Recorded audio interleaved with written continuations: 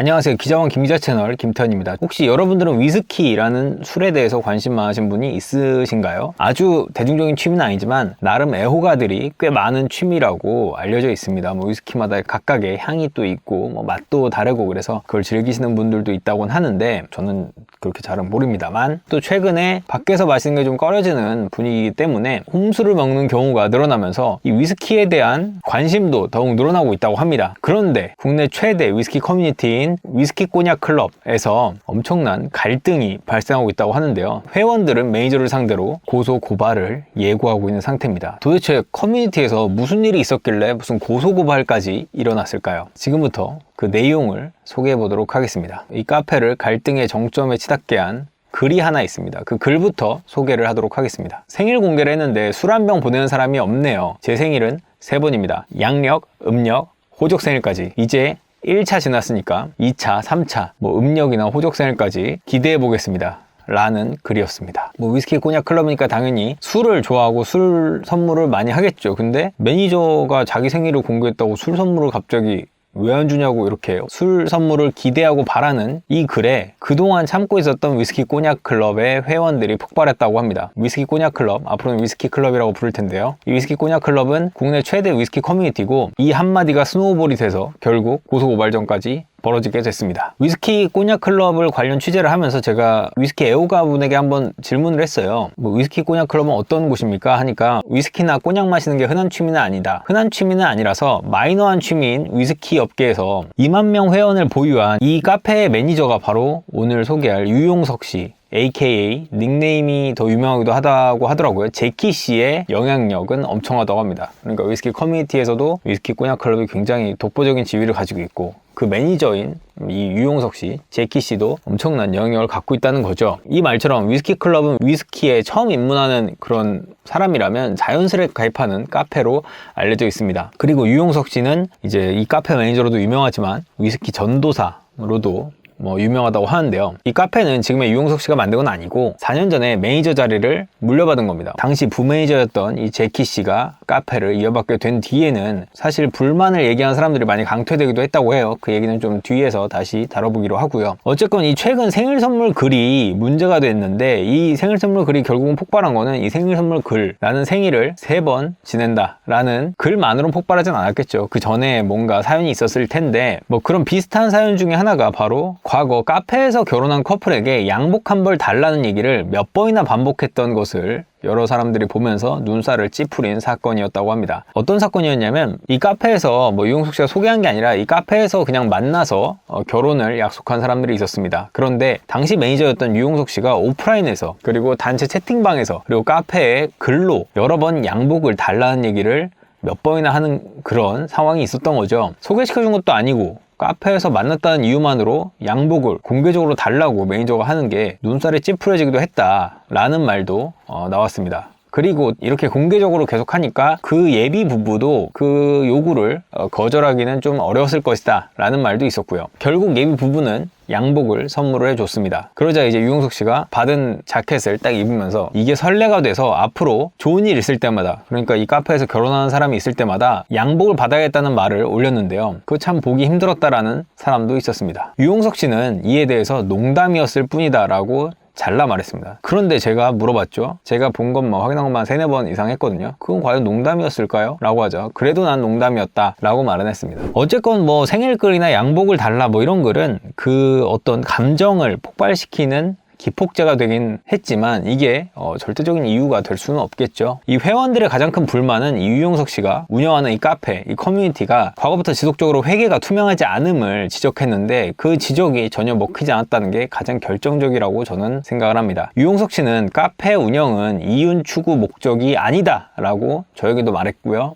여러 번 이렇게 말을 했는데, 그런데 회원들이 보기에 유용석 씨 말과 달리 수익 창출 활동이 계속되고 있었다고 합니다. 예를 들면 공동구매, 술을 같이 공동구매 한다거나 시음회를 하면서 이제 참가비를 받는다거나 아니면 술 아니더라도 다른 액세서리 같은 걸 공동구매 한다거나 이런 걸 하면서 수익 활동을 하는 거 아니냐라는 지적이 계속 나왔던 거죠. 물론 이제 유용석 씨는 공구미 시음회 등으로 얻은 혜택은 카페 활동 지원에 다 사용됐다고 해명을 했는데, 이런 해명에도 과거부터 이렇게 계속됐던 이 기록을 가격을 보면은 과연 이게 수익 활동이 아닌가라는 생각이 들긴 합니다. 예를 들면 뭐 이 카페에서 1년에 진행한 술 공동구매만 뭐 한 30여 건 정도 된다고 할 정도니까 또 위스키의 단가가 좀 세잖아요. 뭐 그런 것도 그렇고 여러 가지 사례가 있었습니다. 그중 사례 하나가 바로 2020년 10월 위스키 클럽이 공구한 유명 위스키 잔이 있어요. 이 잔을 공구하면서 일반적인 소매 사업자보다도 약 20% 비싸게 팔았던 게 굉장히 지적받는 사례 중에 하나입니다. 뭐 이 건에 대해서 유용석 씨는 처음 들여올 때 가격이 지금보다 10%에서 20% 정도 비싼 줄 알았다. 그러니까 원가를 내가 잘못 알았다. 그래서 공구 가격을 13만 원으로 정했는데 이런 실수는 100번 공구에서 한 번 정도 일어나는 일이다. 이렇게 말을 하긴 했습니다. 그럼 원가 얼마인 줄 알았어요? 제가 물어봤어요. 그랬더니 99,000원으로 알았대요. 그럼 나머지 3만 원은 어떻게 된 거냐? 그랬더니 뭐 택배비도 있고 수고비도 있고 나머지 조금 수익 남은 거는 우리 카페에서 열심히 활동한 사람들에게 뭐 돌려주는데 쓰려고 했다. 뭐 이런 말을 하긴 했습니다. 어쨌건 이게 11만 원에 판매가 된다는 게 밝혀지면서 13만 원에 구매한 사람들이 엄청 분노를 표했을 거 아니에요. 그래서 결국은 2만 원씩 돌려주게 됐습니다. 그러니까 결국 소매점 가격에 판 거죠. 그래도 공동구매인데 싸진 않다 라는 건 확실한 것 같습니다. 유용석 씨는 그 2만원씩 돌려준 것도 돌려줄 의무는 없지 않냐, 그렇지만 난 돌려줬다 라고 해명을 했습니다. 또 제가 말씀드렸다시피 잦은 공구, 1년에 30차례 정도 공구를 했다고 말씀을 드렸는데 그 공구에서도 의혹이 나오고 있습니다. 2020년 위스키 클럽이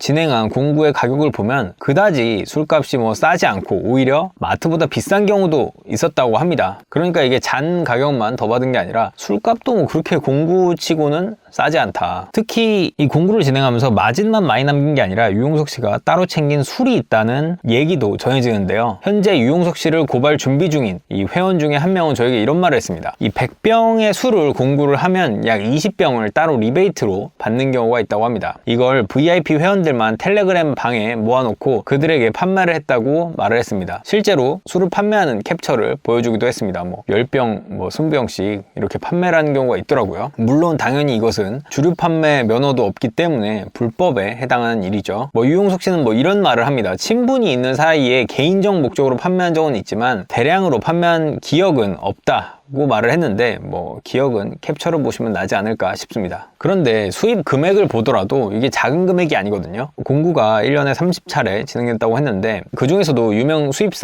유명 위스키 수입사 한 곳에서만 나온 매출이 1년에 약 3억 5천만 원에 달하는 경우도 있다고 합니다. 커뮤니티에서 나오는 매출이 사실은 그렇게 만만한 금액이 아닌 거죠. 그리고 거기서 이제 수익을 거두기 시작하면은 진짜 만만한 금액이 아닌 꽤 큰 금액이 나올 수도 있겠다라는 생각이 드는 거고요. 그런데 이런 거대한 금액에 비춰봤을 때 이분은 사업자도 없고 주류 판매에 대한 허가도 받지 않아서 조세 포탈 혐의도 받고 있는 상황입니다. 이런 회계 불투명은 공구뿐만이 아니었습니다. 또 다른 회원은 시음회 관련한 문제를 제기했는데요. 시음회 이벤트를 진행하면서 모든 시음회 이벤트 비용은 그 술을 수입하는 수입사가 대주는 경우가 있는데 이때도 유용석 씨가 참가비를 받은 적이 있었다라고 말을 하는 겁니다. 이미 다 만들어진 판에 회원들만 이렇게 시음회 이벤트에 모아주세요라고 했는데 거기에 참가비를 뭐 5만원, 6만원씩 받는 경우도 있었다는 거죠. 또한 뭐 회원제로 뭐 공부에 더 참여할 수 있다거나 뭐 어디 바에 가면은 웰컴 드링크라고 하죠. 그냥 한 잔 무료로 주는 거, 이런 걸 받을 수 있는 회원을 뭐 모집하기도 했는데요. 그 회원제 가격이 10만원인데 10만원 회원제로 모은 돈은 이것도 꽤 많은 수입이 되겠죠. 그 수입은 세금 신고를 했는지 또한 국세청에 탈세 신고를 한 상황입니다. 어떤 회원은 이런 말도 했습니다. 따로 챙긴 술을 판매하는 것뿐만 아니라 시음회 등 각종 모임을 하고 남은 술을 30ml,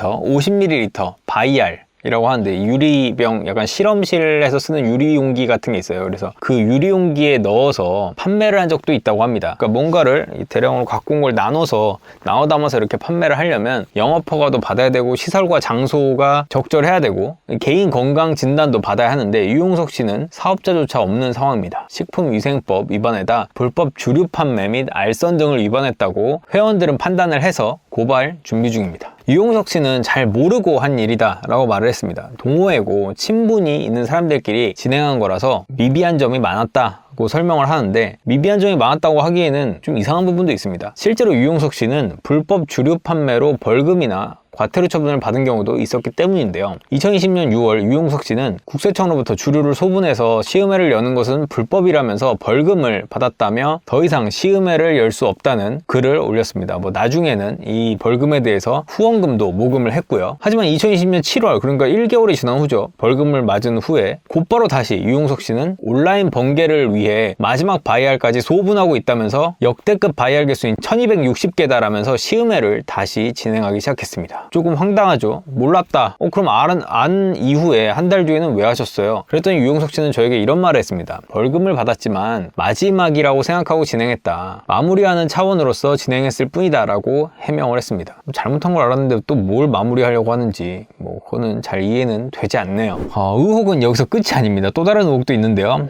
이건 또 다른 의혹이 아니라 실제로 증언이 있습니다. 한 수입 주류 업체 관계자는 유용석 씨의 또 다른 행각을 제보하기도 했습니다. 이 관계자는 수입 주류 업계에서는 부르는 게 값인 몇몇 술들이 있다. 위스키 중에 대표적으로 맥켈란 30년산이 이에 해당한다고 말을 했습니다. 맥켈란 30년산이 무려 소매가가 300만 원 정도라고 해요. 근데 소매가는 300만 원인데 내가 사기만 하면 바로 600만 원을 불러도 팔 수 있다고 합니다. 그런데 유용석 씨가 수입사에서 시음회를 한다고 요청을 해 몇 병을 가져온 다음에, 아까도 말했지만 이 커뮤니티가 굉장히 영향력이 크기 때문에 시음회를 한다고 하면은 술을 내줄 경우가 좀 더 가능성이 높겠죠. 그래서 몇 병을 가져와서 그 중에 한두 병만 쓰고 나머지는 프리미엄을 붙여서 판매한 것을 봤다고 합니다. 그렇다면 한 병만 팔아도 앉은 자리에서 200만 원, 300만 원을 벌 수 있는 술을 몇 병을 가져올 수 있는 권한을 갖고 있고 그 권한을 쓴 것 아니냐는 의혹이 있는 거죠. 유용석 씨는 판 적은 있다고 인정은 합니다. 다만 그게 내가 개인이 보유했던 병이었지 시음회를 목적으로 받아서 판매한 적은 없다. 내가 판매하는 걸 본 분이 혼동이 있었던 것 같은데 개인 병을 판매한 건데 시음회를 목적으로 받아온 걸 판매한 건 아니었는데 혼동을 한 거 아니냐 이런 말을 하셨는데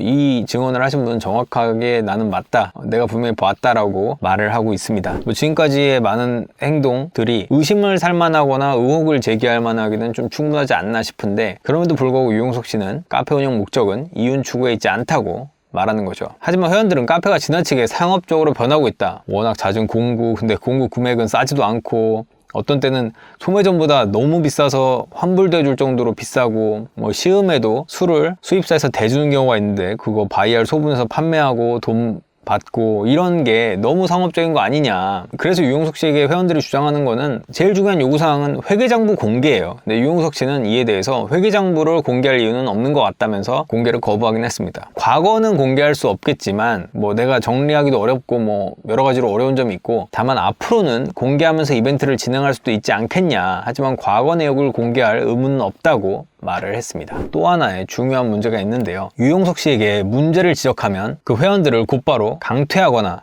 글 삭제를 조치하는 게 이게 불만을 쌓여가는 요인 중에 하나입니다. 마치 독재하듯이 이 카페를 운영을 하는 거죠. 유용석 씨에게 이런 부분에서 물어봤어요. 광퇴를 왜 이렇게 하시냐, 불만을 표하면. 카페 운영에 불만을 표할 수 있잖아요. 매니저가 여기서는 카페 주인이라고 보기는 어려운데, 왜냐면 동호회 성격이기 때문에. 그런데 왜 이렇게 강퇴하시고 글을 삭제하시냐라고 하자 자신도 예전에 2005년인가 과거 카페에서 강퇴를 당해봤다고 해요. 그래서 그때 며칠을 우라통이 터졌다고 합니다. 그래서 아니 그렇게 우라통 터지시는 거 알면서 왜 카페에서 강퇴를 남발하세요? 그랬더니 그런데 카페를 운영해보니까 어쩔 수 없는 측면이 있다고 설명을 했습니다. 강퇴된 카페 회원들은 현재 위스키 클럽 대피소라는 곳을 세워서 유용석 씨의 이 카페 매니저 직무정지 가처분 신청 등 5개 소송을 준비하고 있다고 합니다. 그럼 이 카페 매니저 과연 바꿀 수 있을까요? 과거에도 카페 매니저를 두고 직무정지 가처분 신청을 해서 받아들여지는 경우가 있었다고 합니다. 이게 카페가 모두 다 똑같은 카페 성격으로 보는 건 아니고